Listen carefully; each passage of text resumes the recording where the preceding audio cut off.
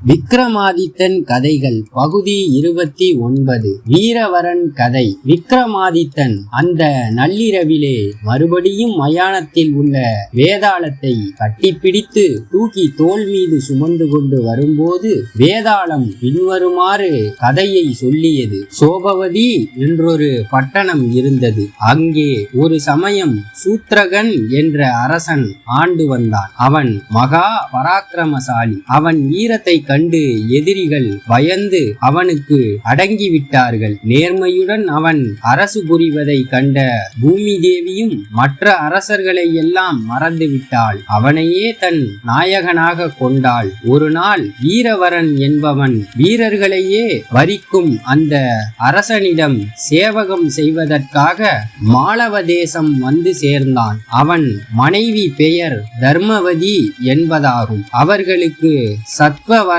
என்ற ஒரு மகனும் வீரவதி என்ற ஒரு மகளும் இருந்தார்கள். அவன் ஒரு கையில் கத்தியையும் மற்றொரு கையில் கேடயத்தையும் இடுப்பிலே உடைவாளையுமே கொண்டிருந்தான். அவன் ஒரு நாளைக்கு 500 தினார்கள் சம்பளம் வேண்டும் என்று அரசனை கேட்டான். அவன் மிகுந்த பராக்கிரமம் வாய்ந்தவன் என்பதை தோற்றத்தால் அறிந்த அரசனும் அதற்கு சம்மதித்தான். ஆயினும் குடும்ப பாரம் அதிகம் இல்லாத அவனுக்கு அவ்வளவு பணம் எதற்கு என்பதை அறிய அரசனுக்கு ஆசை ஏற்பட்டது. அந்த பணத்தை அவன் நல்ல வழியில் செலவழிக்கிறானா கெட்ட வழியிலே செலவழிக்கிறானா என்பதை தெரிந்து கொள்ளவும் விரும்பினான். ஆகவே அவன் எப்படி வாழ்க்கை நடத்துகிறான் என்பதை ரகசியமாக கவனித்து வர ஒற்றர்களை ஏவினான். வீரவரன் தினந்தோறும் காலையிலே அரசனை பேட்டி கண்ட பிறகு உருவிய கத்தியுடன் உச்சி பொழுது வரையில் அரண்மனை வாசலில் காவல் புரிந்து வருவான். அதற்கு பின் அவன் வீடு அடைந்து தன் மனைவியின் கையில் சாப்பாடு செலவுக்கு காசு 100 பொன்னை கொடுப்பான். மற்றொரு 100 பொன்னுக்கு அவன் துணிமணிகளையும் வெற்றிலை வாசனை திரவியங்களையும் வாங்குவான். தெய்வ பூஜைக்காக 100 பொன்னை செலவழிப்பான். மீதி 200 பொன்னையும் ஏழை எளியவர்களுக்கு தானம் செய்து விடுவான். இவ்விதம் நாள்தோறும் அவன் தான் பெற்று வந்த 500 பொன்களையும் செலவு செய்து விடுவான். அதற்கு பிறகே அவன் ஹோமம் வளர்த்து நித்திய கர்மாஷ்டானங்களை முடித்து கொண்டு சாப்பிடுவான். மறுபடியும் அவன் வெளிக்கிளம்பி அரண்மனை அடைந்து இரவு நேரத்தில் உருவிய கத்தியுடன் தனியாக காவல் புரிவான். வீரவரன் இவ்விதம் வாழ்க்கை நடத்தி வந்தான் என்பதை ஒற்றர்கள் மூலம் அறிந்த மன்னன் சந்தோஷப்பட்டு அவனுடைய நடமாட்டத்தை அதற்கு மேல் வேவு பார்க்க வேண்டாம் என்று தடுத்து விட்டான். அவ்விதம் செய்வது வீரனுடைய கௌரவத்திற்கே இழுக்காகும் என்று மன்னன் நினைத்தான். காலம் சுழன்றது. கோடை போய் மழைக்காலம் வந்தது. வானமே பொத்து கொண்டது போல் அடைமழை பிடித்து கொண்டது. கூரிய கத்தி முனை போல உடலில் பட்ட இடத்தில் சுரீர் என்று தாக்கியது. எனினும் வீரவர்மன் அதை லட்சியம் செய்யவில்லை. வழக்கம் போலவே அரண்மனை மேமாடத்தில் இருந்து பகலில் கவனித்த அரசன் இரவு நேரத்திலும் அரண்மனை மேன்மாடத்தில் இருந்து ஆசார வாசலில் யார் காவல் என்று கூப்பிட்டு கேட்டான். வீரவரவனும் அடியேன் இருக்கிறேன் மகாராஜா என்று தெரிவித்தான். இதை கேட்ட மன்னன், என் சேவகத்திலே கொஞ்சமும் வலுவாமல் வீரவரவன் உறுதியோடு இருக்கிறான். இவ்வளவு எஜமான விசுவாசம் உள்ள அவனுக்கு மேற்பதவி அளிக்க வேண்டுவது அவசியம் என்று